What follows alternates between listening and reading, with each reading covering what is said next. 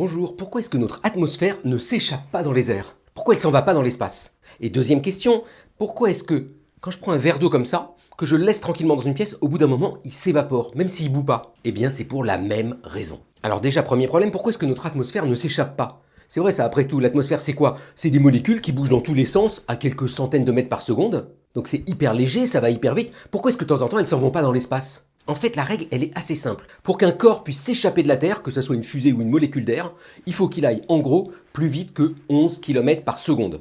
Cette vitesse-là, c'est la vitesse d'échappement. C'est en gros ce qu'il faut pour s'arracher de la gravité de la Terre, parce que la Terre, elle nous retient à cause de sa masse. Et donc, vous voyez, la question maintenant, c'est ok, à quelle vitesse vont les molécules autour de nous?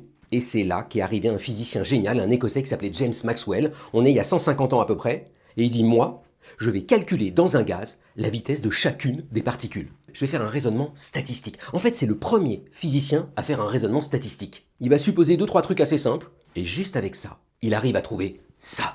Cette espèce de montagne là de cloches, c'est la distribution de Maxwell-Boltzmann. Elle vous dit les vitesses des particules dans n'importe quel gaz. Alors je vous explique, vous allez voir, c'est assez simple. L'axe horizontal, c'est les vitesses. Donc d'un côté, ça va super lentement, de l'autre super vite. Et la hauteur de la cloche, l'axe vertical, c'est le nombre de particules qui ont cette vitesse. Donc par exemple, la grande majorité des particules, elles sont plutôt par là, et elles ont une vitesse, là vous voyez ici, j'ai pris par exemple l'oxygène, c'est quelques centaines de mètres par seconde.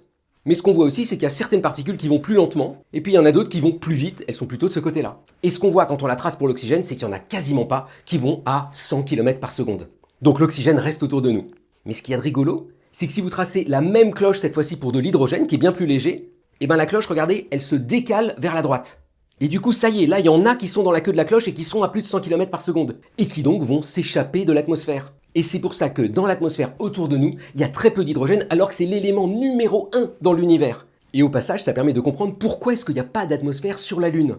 La Lune, elle est plus petite, sa gravité est 6 fois plus faible, et donc il y a moins besoin d'aller vite pour s'échapper. Et donc cette fois-ci, l'oxygène, l'azote peuvent s'échapper, et donc il reste plus rien. Et donc le fun fact, c'est ce verre d'eau. La même distribution de Maxwell permet d'expliquer pourquoi l'eau s'évapore. C'est un peu la même histoire, vous voyez, dans l'eau, les molécules bougent dans tous les sens. Il y en a quelques-unes qui sont au bout de la queue de la distribution, donc qui vont suffisamment vite pour arriver, hop, à s'échapper de l'eau. Et le truc rigolo, c'est que maintenant que vous grignotez la queue de la distribution de Maxwell, vous enlevez toutes les particules qui vont vite, quand vous calculez, la moyenne totale, elle va forcément un peu plus lentement. Et des molécules qui vont plus lentement, ça veut dire que la température est plus basse. Donc en même temps que le verre va s'évaporer au cours du temps, il va refroidir.